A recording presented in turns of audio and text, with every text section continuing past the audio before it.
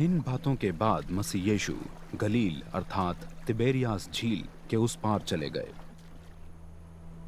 उनके द्वारा रोगियों को स्वास्थ्य दान के अद्भुत चिन्हों से प्रभावित एक बड़ी भीड़ उनके साथ हो ली।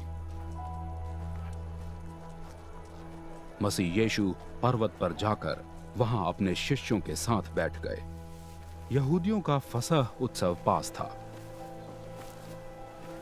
जब मसीह यीशु ने बड़ी भीड़ को अपनी ओर आते देखा तो फिलिप्पोस से पूछा, इन सबको खिलाने के लिए हम भोजन कहां से मोल लेंगे? मसीह यीशु ने यह प्रश्न उन्हें परखने के लिए किया था, क्योंकि वो जानते थे कि वो क्या करने पर थे। फिलिप्पोस ने उत्तर दिया, 200 दिनार की रोटियां भी उनके लिए पर्याप्त नहीं होंगी कि हर एक को थोड़ी थोड़ी मिल पाए।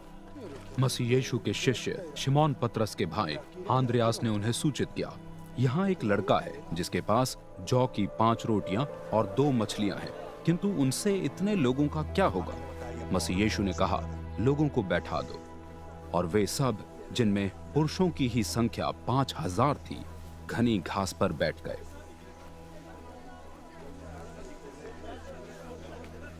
तब मसीह यीशु ने रोटियां लेकर धन्यवाद दिया और उनकी जरूरत के अनुसार बांट दी।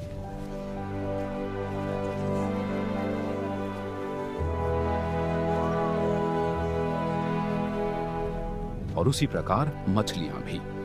जब वे सब तृप्त हो गए तो मसीह यीशु ने अपने शिष्यों को आज्ञा दी, शेष टुकड़ों को इकट्ठा कर लो कि कुछ भी नाश ना हो। उन्होंने जौ की उन 5 रोटियों के शेष टुकड़े इकट्ठा किए, जिनसे 12 टोकरे भर गए। लोगों ने इस अद्भुत चिन्ह को देखकर कहा, निसंदेह ये वही भविष्यद्वक्ता है, संसार जिनकी प्रतीक्षा कर रहा है। जब मसीह यीशु को यह मालूम हुआ कि लोग उन्हें जबरदस्ती राजा बनाने के उद्देश्य से ले जाना चाहते हैं, तो वो फिर से पर्वत पर अकेले चले गए।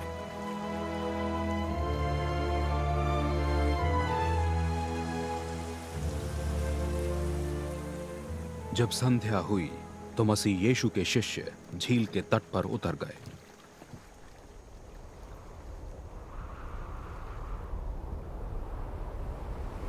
अंधेरा हो चुका था और मसीह यीशु अब तक उनके पास नहीं पहुंचे थे। उन्होंने नाव पर सवार होकर गलील झील के दूसरी ओर कफरनहूम नगर के लिए प्रस्थान किया।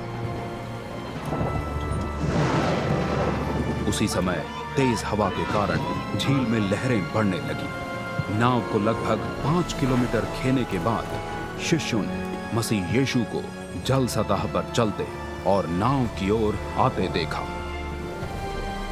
ये देखकर वे भयभीत हो गए।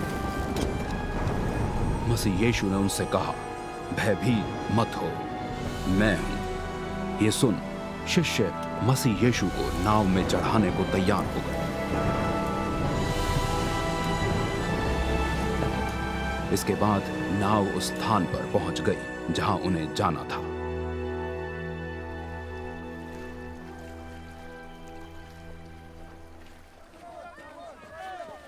अगले दिन झील के उस पार रह गई भीड़ को मालूम हुआ कि वहां केवल एक छोटी नाव थी और मसीह यीशु शिष्यों के साथ उसमें नहीं गए थे, केवल शिष्य ही उसमें दूसरे पार गए थे। तब तिबेरियास नगर से अन्य नावें उस स्थान पर आई जहां प्रभु ने बड़ी भीड़ को भोजन कराया था। जब भीड़ ने देखा कि न तो मसीह यीशु वहां है और न ही उनके शिष्य, तो वे मसीह यीशु को खोजते हुए नावों द्वारा कफरनहूम नगर पहुंच गए।